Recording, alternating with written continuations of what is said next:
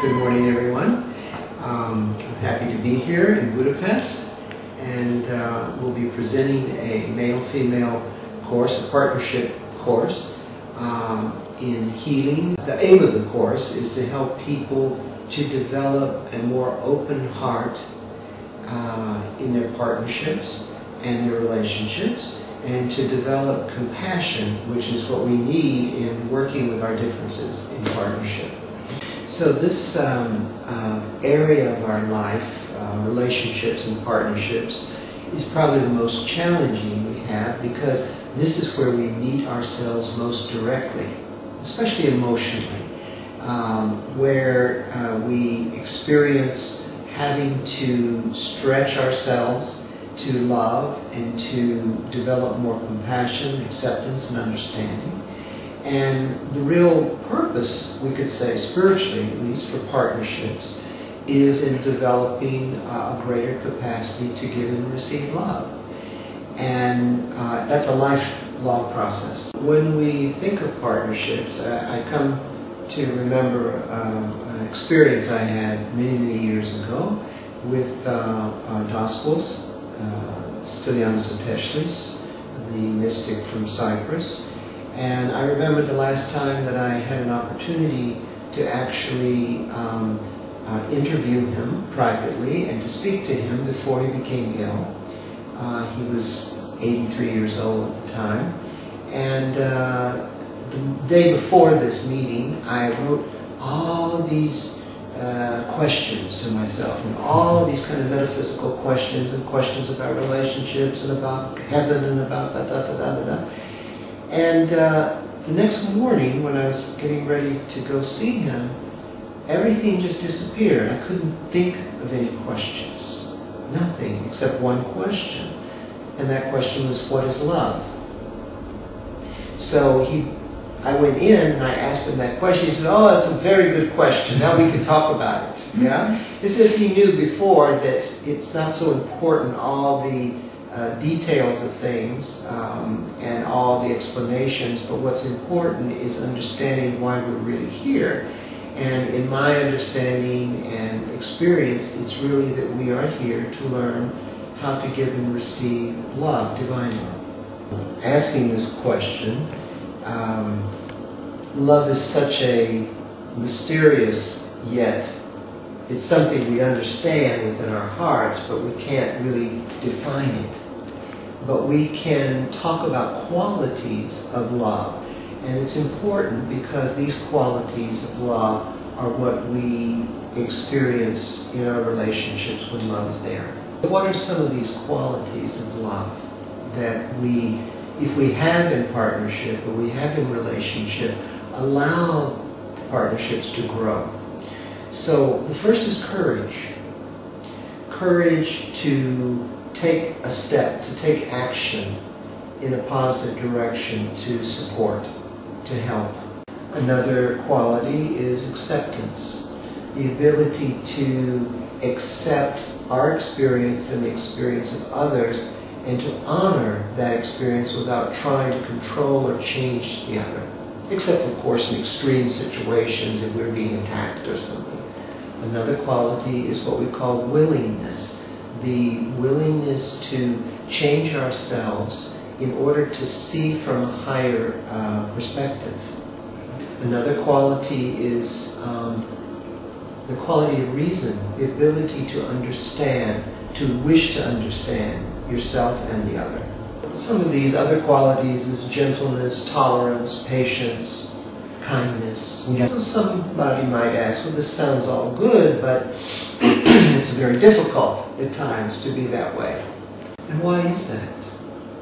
Well, one of the issues that we have, and all the great spiritual masters speak of this, so we speak of it in Christianity, in Buddhism, in Hinduism, is that as human beings in a body, we have a basic desire or actually a dissatisfaction, and that dissatisfaction leads us to trying to fulfill our desire to find satisfaction out here in the world rather than from inside ourselves.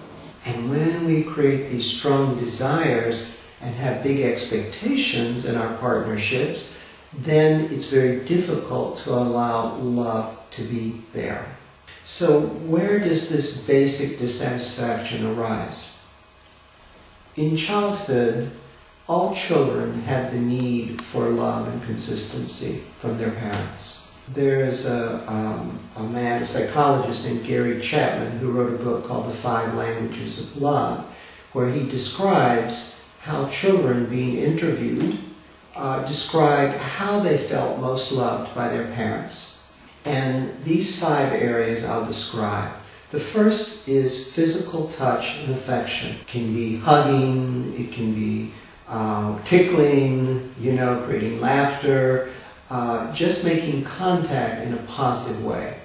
And this form of love allows the child and the child's soul to stay in connection in this world, in the physical world, in a positive way, in a loving way, to feel connected. When this area is not present, say it's the parents are neglecting this area of love, then the child can feel their self-worth or self-value is missing. Or physical touch can be used in an abusive way, and this can again do the same thing to the child, making them feel unworthy, undervalued, and afraid of being here in this dimension. The second area we call words of affirmation and encouragement, or words of kindness. You're a wonderful boy or girl, you're beautiful, we're so happy you're in the world, congratulations, you're doing so well. Words of encouragement, words of love, especially the words, I love you. So when these words of encouragement and kindness are missing, the child does not get an acknowledgement and validation. Or words can be used in a negative way, abusive words. Negative ideas about the child, which creates a damage to their self-value. The third area of where love is expressed and shown is quality time spent together. And in this area, it's time spent on the child's interests. For example, games and playing and enjoying the childhood activities with the parents or with the adults that are caretaking the children. This area of love can be missing at times when the parents are neglecting quality time with the children, or when the time is spent only on the parents' space and time, not the child's. Like, come with me, you must go to the grocery store, you must, but I don't want to. I would rather play. Sometimes it's necessary, but most of the time, if it's this way, then the parent is controlling the child's space and time. The fourth area is the area of giving service, acts of service and education to the child. This would be teaching the child basic skills, helping the child in their studies, and so on. And of course, if this is missing, it also creates problems in a child's learning process. Or if there's strong expectations and demands and pressures on the child in their learning without the support they need for it, then they are always under pressure in any learning process. The fifth area are gifts that are given to the child. They can be material gifts like birthdays, Christmas gifts, but also other kinds of gifts of love that come in the form of, grandmother's special cake or chocolate cookies or whatever. So this is very important too in validating the child's existence. So why are these areas of keeping this link of love with the child so important? These areas of love validate the child's existence in the world. When any of these areas is missing or has been misused, the child grows up with a very strong desire to fulfill that need. And that wounded inner child will demand sooner or later that this be received. And that leads to expectations in relationships. So rather than having partnership, it's a child and a parent, or a child and a parent. So I'll give you a story, a true story of a woman. She had grown up in a family where her father was not a good provider materially. Quite poor, they were struggling, the family, the mother, and the children. And there was the story of a man. He was very good at business. His father had taught him good skills. He was successful in the world. But he had received very little love from his mother and both parents actually, in the way of emotional love, emotional validation. So the inner child of this lady was desiring very strongly protection and security from someone. And this man was desiring to be acknowledged, to be felt and seen with love. So she's walking down the street and he's walking toward her, and his eyes and her eyes meet, and boom, there it is. We call that love at first sight. I've been waiting for you forever, and I've been waiting for you forever. And is this love? It is love at a certain level. It's the desire to merge, to heal something for oneself, to find someone to parent one, to make up for the deficiencies. So she described that she had a fishing pole and she sent it out and she caught the right guy and he did the same. But then what happened? So after a few months, maybe a year of great romance, this is it, and they get married. After 2 years, their life started. He was the great provider. She was giving him the love and the encouragement and all the positive affirmations he was lacking. She lacked time with her parents. She lacked gifts materially. He lacked the affirmation and the words that he needed. And then this went on. Everything seemed so nice, perfect home. He's working. She's housekeeper. And then some years went by. And at some point, he became ill, could not work for a period, and she needed to learn to provide for herself. On the other hand, he needed to learn to care and love for himself and validate himself. And after some time, both came together again, but in a new way of relating, in new partnership with each other. They became more autonomous and yet deeper in love with each other in a higher way, with more respect and more appreciation of each other, sharing more courage, as we spoke of before, more acceptance, more willingness, more kindness and love to one another. Remember earlier I said that we are all here to learn how to give and receive love. There are 4 stages in which love develops in partnership.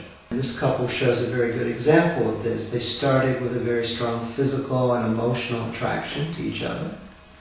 They went through a challenging passage in their relationship, but they ended up with a higher love, a more of an appreciation of each other on a deeper level. So the 4 levels in which love evolves and develops: first is the physical, then there's the emotional, the mental, there's the spiritual. One famous spiritual teacher named Meher Baba described these 4 levels as different levels in which love is evolving and developing. When spiritual love or divine love is not awake yet in a partnership, then physical love would be more lust and desire for the other as an object for survival.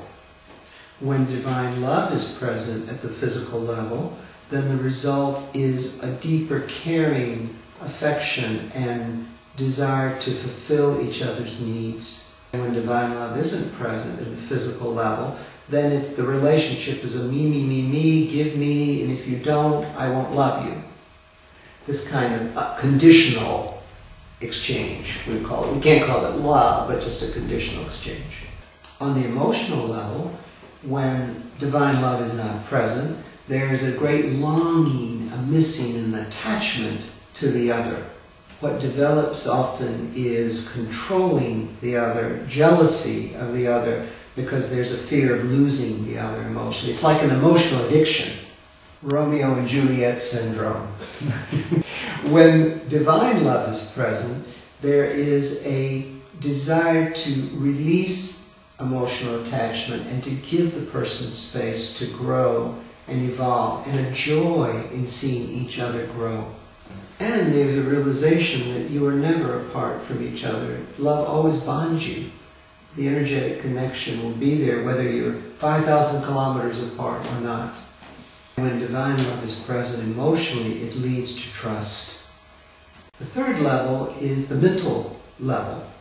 This is the area of our beliefs, our attitudes, our ability to understand and reason things between each other. And when divine love is not present, there is a basic disagreement about things mentally in terms of beliefs. What results in these kinds of thoughts about criticisms and judgments, he never will change, or he's not right, no, I'm right, no, you're right, this kind of energy. When divine love is present, there is a very strong drive to understand each other and to honor one's differences as well as one's similarities. And there is the spiritual level of love, which is a kind of understanding that we are soul, that we are spiritual beings, and that we are both on the path back home to God, and that we are here to learn to give and receive love.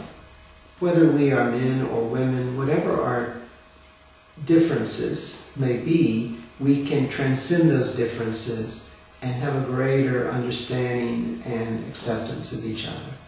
So I want to leave you with a beautiful story about divine love and a few more words about what we teach in our seminar on partnerships. So there's a beautiful story that comes from ancient times called the story of Baucis and Philemon.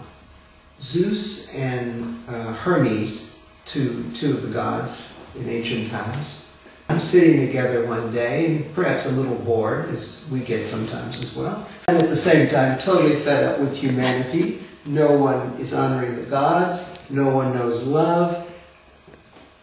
You think there's somebody out there that has it, that understands it, lives it. So let's make a bet. I bet you we don't find him. This story could be as relevant today as it was then. So Zeus and Hermes go into the world and are disguised as beggars, going door to door, asking for help. My dear ones, could you please offer a little help?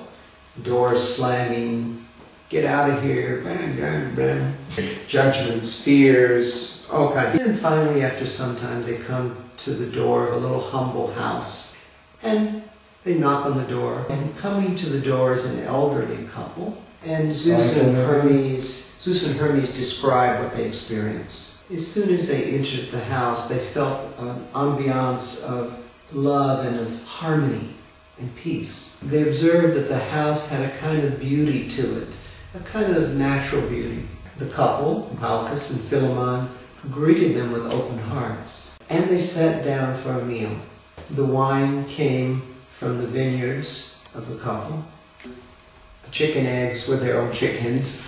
Vegetables from the garden. The husband had carved the bowls in which they were eating. And the whole atmosphere of the evening was that of love. So Zeus and Hermes looked at each other and they said, well, we found them.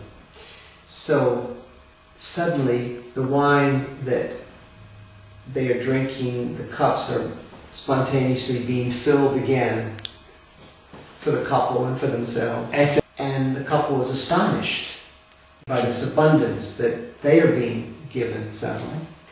Because you know, love and gratitude go hand in hand, and abundance goes hand in hand with gratitude. So Zeus and Hermes at this point reveal themselves, and basically you won the lotto, you're the only ones we've been able to find so far. Your wish is our command, like the genie. Yeah? But somehow this couple was beyond the idea of ordinary desires, the kinds of things that they were maybe looking for in the earlier days. And Zeus and Hermes are saying, well, we can give you the castle, we can give you unlimited funds, whatever you want. And the couple said, we only have one wish. That's to die together as we have lived together in love and in union. Zeus and Hermes say, yes, that's good, we honor that, and you will have that. You will have love in death as you had in life. So there is a beautiful image of Malchus and Philemon as they get ready to pass on to the other worlds. And they are holding hands together, and they start to grow branches and roots like two trees. And one becomes a great oak tree and one becomes a great linden tree. And they stand side by side. There's a picture, the story essentially. And they are together in physical life and in spiritual life. They are one. Yeah. So that's the goal, perhaps, of partnership, you might say. So in this story, we have two individuals that have grown and individuated. And they're both trees. They have their own uniqueness, but they are equal. The great tree of life, the tree is a symbol of the self. It's a symbol of wholeness. And that's the object, the goal of life. And only love can bring that wholeness. I just want to read from my book. It's a poem. It's a poem by Kahil Gibran, from the Prophet. It's called On Marriage. You were born together, and together you shall be forevermore. You shall be together when the white wings of death shatter your days. Yes, you shall be together even in the silent memory of God.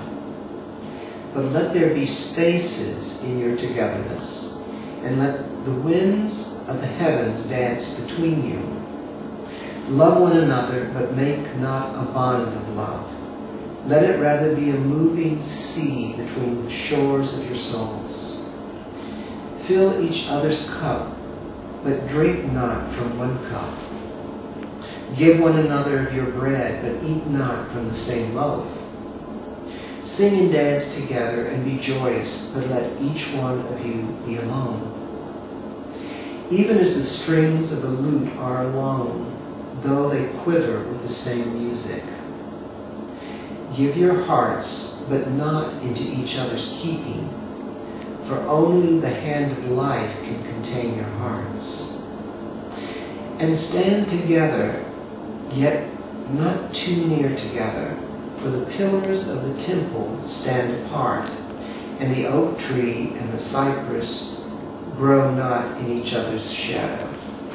So, the seminar that we offer is to help teach people techniques and ways to awaken this divine love energy more and more, so they can apply it in their partnerships, so they can begin to feel it more and experience it more in their partnerships.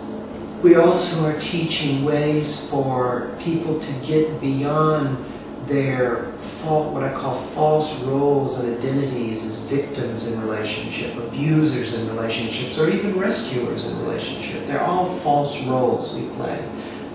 We teach practices to grow more tolerant, to grow less critical of oneself and others, and to heal the inner child that is looking for something from the other that may not be really what is needed.